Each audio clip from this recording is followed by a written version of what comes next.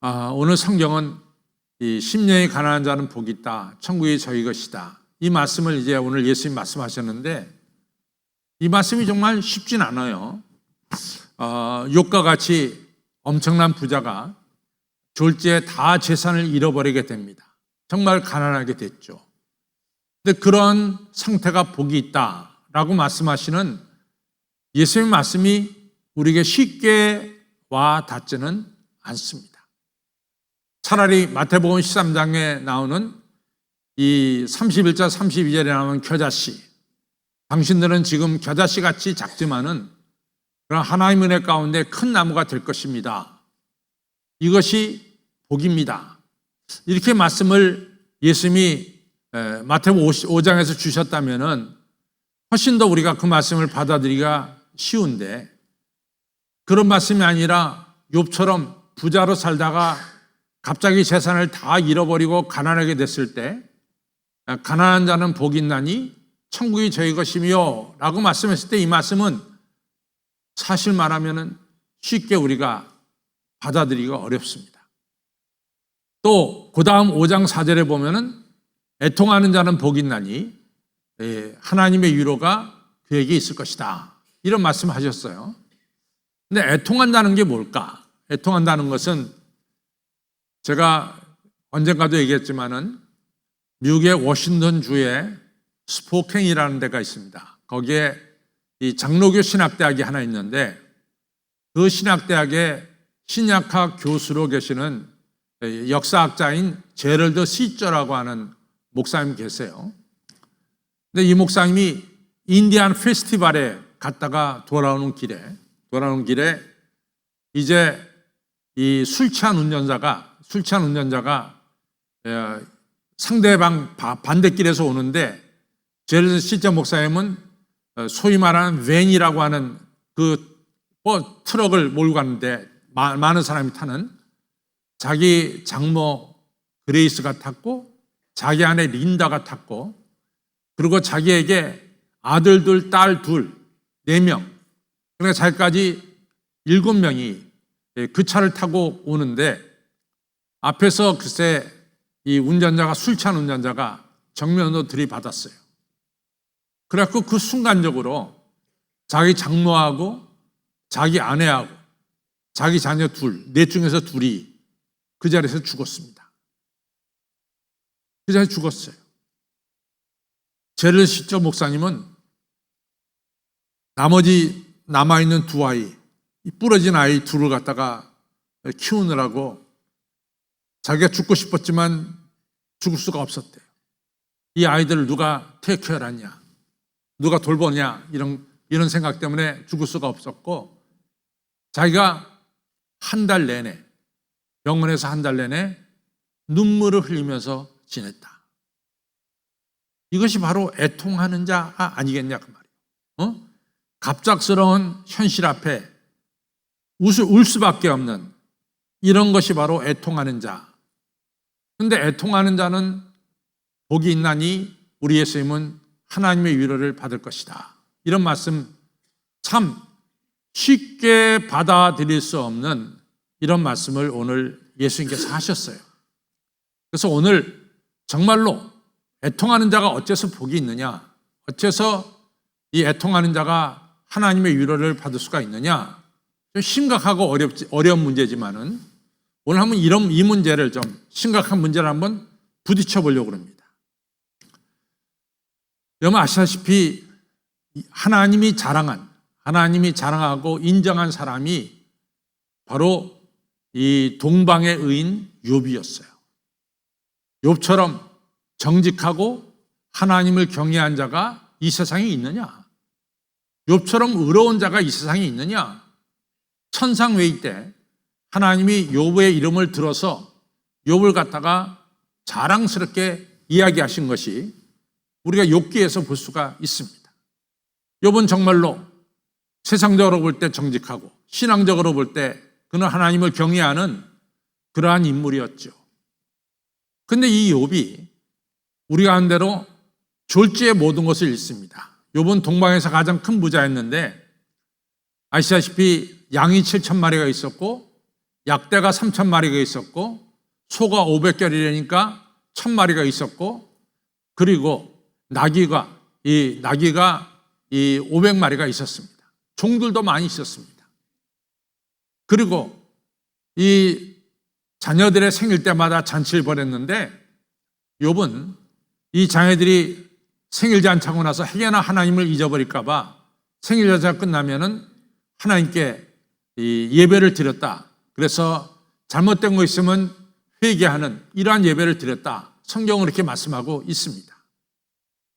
그러던 욥이 이제 하루아침에 아시다시피 스바 사람들이 몰려와가지고 욥의 이러한 모든 이 소떼를 다 데려갑니다. 소 1,000마리를 가져갑니다. 그리고 종들을 잡아갑니다. 또 조금 있더니 이같이 하늘에서 불빛 같은 번개와 이런 것들이 내리치더니 또 이 욥이 가지고 있는 양들과 또 낙타들을 갖다가 없앱니다. 그 다음에 스바 사람, 이 갈대아 사람들이 쳐들어오더니 셋대로 오더니 나머지 욥에 남아있는 재산을 다 뺏어갔어요. 낙타를 다 뺏어갔어요. 욥의 종들을 다 데려갔어요. 그리고 그 이후에 대풍이 불어서 지금 같은 폭풍이 불어서 욥의 자녀들이 큰아들 집에서 잔치할 때 그 대풍 때문에 기둥이 무너지면서 지붕이 가라앉아서 10명의 자녀들이 모조리 죽고 마는 이러한 비참한 일이 벌어졌습니다. 욥이 지금까지 가지고 있었던 것 하나도 빠짐없이 다 잃어버리고 말았습니다. 그때 욥은 옷을 찢고 머리를 밀고 그 다음에 하나님 앞에 나와서 기도했습니다. 그때 욥이 옷을 찢고 머리를 밀고 하나님께 기도했다는 것은 다른 말로 말하면 하나님께 엎드려서 애통했다라고 하는 이야기입니다. 현재 가지고 있던 모든 것이 순식간에 날아가고 사랑하는 자녀들이 순식간에 사라질 때 욥은 애통할 수밖에 없었어요. 지금 가지고 있는 건 모든 거 다 잃어버렸을 때 욥은 하나님 앞에 엎드려서 애통할 수밖에 없었어요. 애통한다는 것은 바로 그겁니다. 내가 가지고 있던 것, 내가 누리고 있던 것, 이런 것이 정말 순식간에 없어질 때 그 다음에 우리에게 나는 건 뭐밖에 없어요? 눈물밖에 없어요.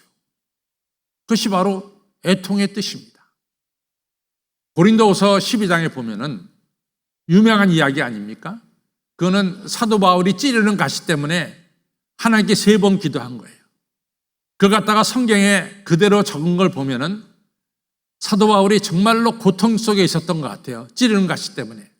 하나님께 3번 없애달라고 기도했습니다. 아마 눈물을 뿌려가며 기도했겠죠. 하나님, 제가 복음을 전하러 여기저기 다니는데 이 몸이 이렇게 돼가지고 복음을 전하겠습니까? 아버지요, 내 몸을 그럼 눈물로 애통하며 기도했겠죠. 그런데 보니까 자기가 약할 때 하나님의 은혜가 크게 임했다라고 고백하고 있습니다. 애통하며 기도할 때 깨달은 것은 뭐냐? 하나님의 은혜가 나에게 크게 임했음을 고백하는 것을 우리가 볼 수 있습니다. 그래서 성경은 뭐라고 말씀하냐? 애통하는 자는 복이 있나니 저가 하나님의 위로를 받을 것이다. 욥도 마찬가지 아니에요? 욥이 욥기 42장 5절에 뭐라고 말씀해요? 내가 그 전에는 하나님을 귀로만 들어서 알았습니다. 그러나 이런 고난을 통해서 제가 하나님을 눈으로 뵙게 되었습니다. 놀라운 고백을 하는 거죠. 애통을 통해서 하나님을 직접 뵙는 이런 축복이 주어졌고, 그래서 성경 말씀, 애통하는 자는 복이 있나니 그가 하나님의 위로를 받을 것이다. 참 의미 깊은 얘기입니다. 너무나 의미 깊은 얘기입니다. 또 애통한다는 것은 또 뭘 의미하느냐? 그것은 회개를 가리킵니다. 저는 다윗을 볼 때마다 다윗이 오늘날 훌륭한 왕으로 또 이스라엘 국기에 다윗의 별이 그려진 이유는 우리가 사무엘상 16장에 다윗이 선지자 사무엘로부터 기름 부음 받은 것도 중요하지만 저는 더 중요한 것은 다윗이 죄를 짓고 회개했을 때 하나님께서 그를 용서해 주시고 그로 하여금 다시금 하나님의 귀한 종으로 일할 수 있도록 세워주신 그것이 바로 저는 다윗을 훌륭하게 했다 생각합니다. 우리가 사무엘하 11장에서 알듯이 다윗이 밧세바와 불륜의 관계를 맺었어요. 그리고 그걸 갖다가 완전 범죄로 숨기려고 그 남편 우리아를 전쟁터에 나가서 죽이게 했어요. 그 다음 장 12장에 가서 나단 선지자가 와서 당신이 죄인이다 지적합니다. 그때 다윗이 회개합니다. 근데 우리가 시편 32편을 보면은 우리가 다윗의 마음을 알 수가 있었어요. 다윗이 내가 토설치 않았을 때, 내가 하나님 앞에 죄를 고백하지 않았을 때 내 마음은 마치 하나님이 내 가슴을 진 누르듯이 내 마음은 고통스러웠습니다. 따가운 여름에 이 지풀들이, 가물들이 이 가뭄 속에 다 이 지풀들이 다 흩어지듯이 내 삶 속에는 진액이 다 빠져나가고 여름에 가물처럼 돼버리고 말았습니다. 그러니까 나단 선지자가 와서 네가 죄인이다 말하기 전에 말은 안 했지만은 다윗의 마음은 너무 고통스럽고 안타까웠다고 그러죠. 그러나 내가 하나님 앞에 나가서 내 죄를 다 고백할 때 하나님께서는 내 죄를 용서해 주셨습니다. 이같이 죄 용서받은 자처럼 축복된 사람이 없습니다. 이것이 시편 32편에 줄줄이 나오는 내용이죠. 다윗이 회개라고 하는 애통의 눈물을 흘렸을 때 하나님은 다윗에게 죄를 용서해 주시고 모든 것을 회복시켜 주셨습니다. 여러분, 애통하는 자는 복인다니 할 때 애통은 뭐냐? 우리가 사실은 우리의 허물과 죄를 깨닫고 회개하는 것이 바로 애통입니다. 우리가 회개의 눈물, 애통의 눈물을 흘릴 때 항상 하나님은 다윗을 새롭게 세워준 것처럼 새 역사를 일으켜 주시는 거죠. 우리나라 이 역사를 보면요, 우리나라 기독교 역사에 크게 부흥되는 역사가 있었어요. 첫 번째는 1903년에 원산에서 있었던 원산 대부흥입니다. 근데 그 원산의 대부흥은 선교사의 회개로부터 시작이 됐어요. 하디라고 하는 의사 선교사인데 이 캐나다 사람인데 토론토 의대를 나와가지고 공부를 참 잘했어요. 그리고 선교해야 되겠다는 마음을 가지고 조선 땅에 와서 선교를 시작한 거예요. 근데 이 사람이 늘 선교를 하면서 마음에 우월감, 교만한 마음이 있었어요. 너무 조선 사람들 보기에 쬐취하게 보였어요. 그 당시에 조선 사람들 다 농사 졌으니까 얼굴이 다 새까맣을 것이고 몸집도 작았을 것이고 또 나름대로 우리 조선 사람들은 고집도 셌었을 겁니다. 이러한 사람들에게 치료하면서 이 치료받는 대상을 좀 가볍게 봤죠. 좀 낮게 봤죠. 그러던 어느 날 자기와 함께 온 이 선교사들이 얼마나 조선 사람들에게 정성으로 섬기는지 이걸 보면서 마음에 많은 이 아픔이 있었습니다.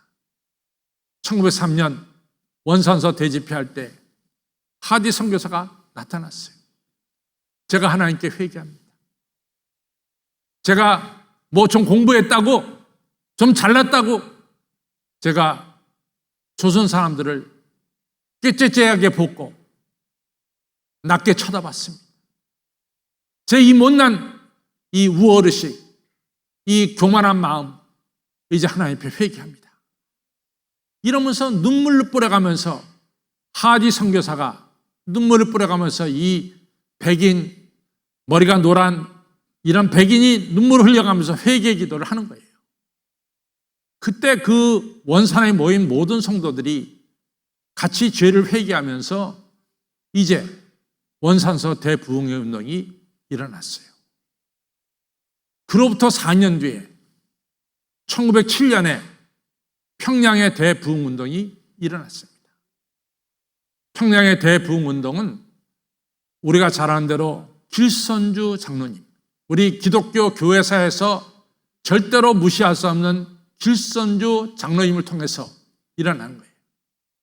이분이 1년 전에 자기 가까운 친구가 세상을 떠나면서 자기한테 유산을 좀 정리해달라 그래서 유산을 정리했어요. 정리하는 중에 그 친구가 가지고 있는 재산 중에 그 당시 US 달러로 치면은 100불 정도. 그러니까 지금부터 100년 전에 US 달러 100불은 어마어마하게 큰 돈이죠. 그 100불 정도를 착복을 했어요. 길선 장로님. 근데 그것이 늘 마음에 괴롭힌 거예요.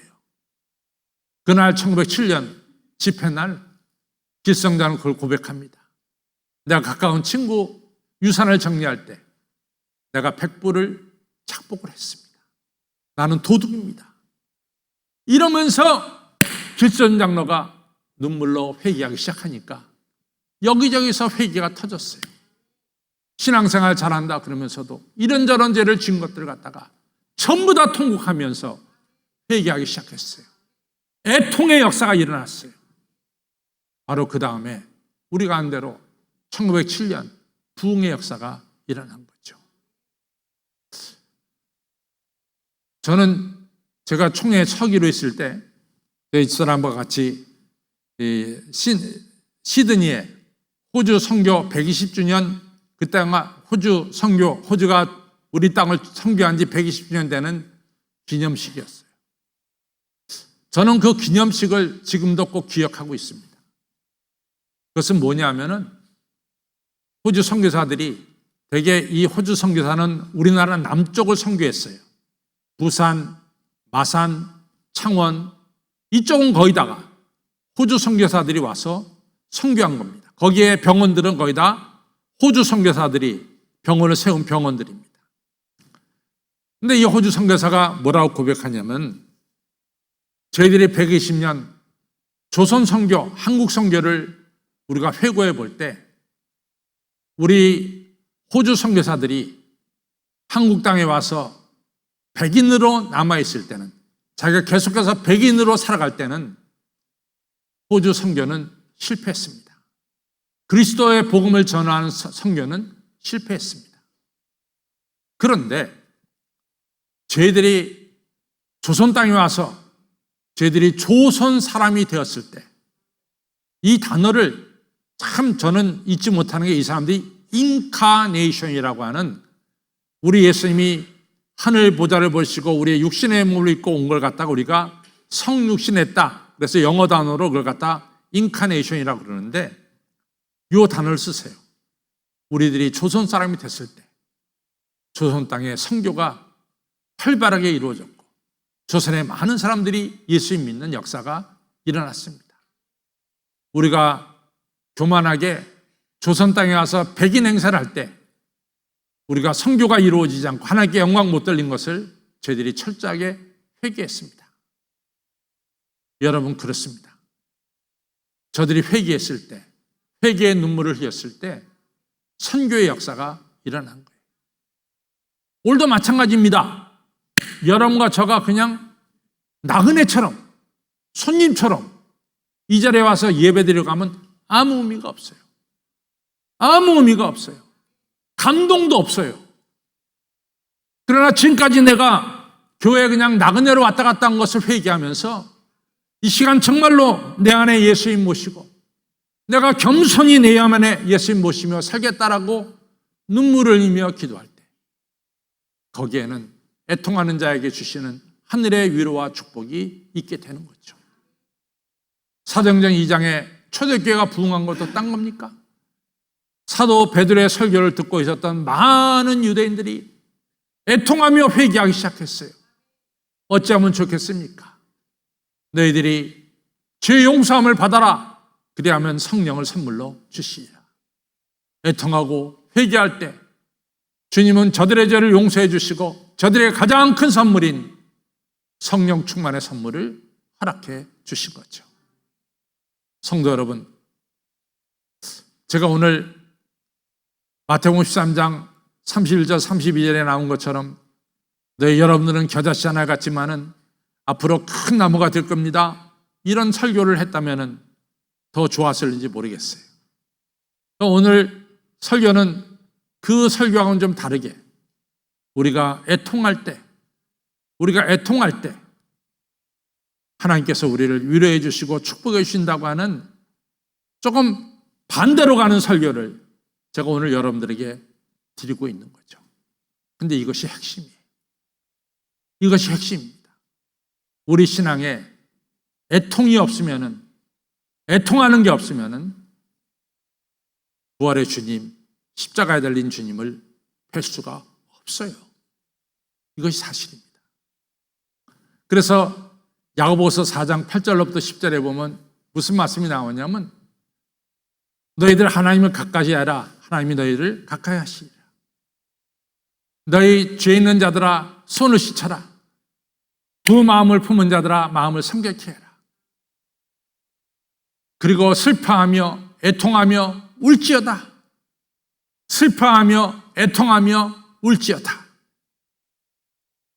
너희가 기쁨이 있느냐 애통하고 즐거움을 가졌느냐 근심하고 내가 높아졌느냐 너희를 낮춰라. 그리하면은 하나님이 너희를 높여주시리라. 너무너무 중요한 말씀이에요. 여러분, 우리가 지금까지 잘못되게 생각한 것들을 회개하고 애통할 때 우리의 마음에 부활의 주님, 우리 주님이 좌정하는 이런 축복을 받습니다. 토마스 왓슨이라고 하는 청교도가 말하기를 여러분들 애통하며 기도하십시오. 하나님의 마음을 여러분을 녹이실 것이고 하나님의 거룩한 손이 여러분들을 붙잡을 것입니다. 애통하며 기도할 때 하나님의 마음이 녹아지는 것이고 하나님의 거룩한 손이 우리를 붙들어주는 이러한 축복을 받게 되리라고 말씀하고 있습니다. 사랑하는 성도 여러분, 여러분과 제가 때로는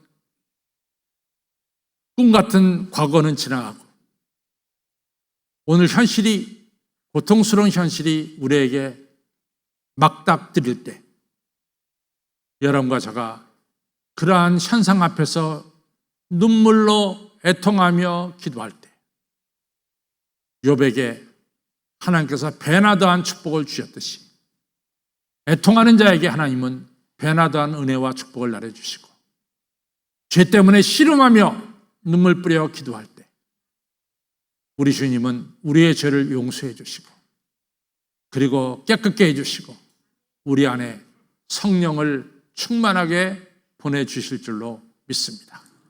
저 따라 애통하는 자는 복이 있나니 하나님의 위로를 받을 것입니다. 이 축복이 여러분들의 있기를 주님의 이름으로 축원합니다.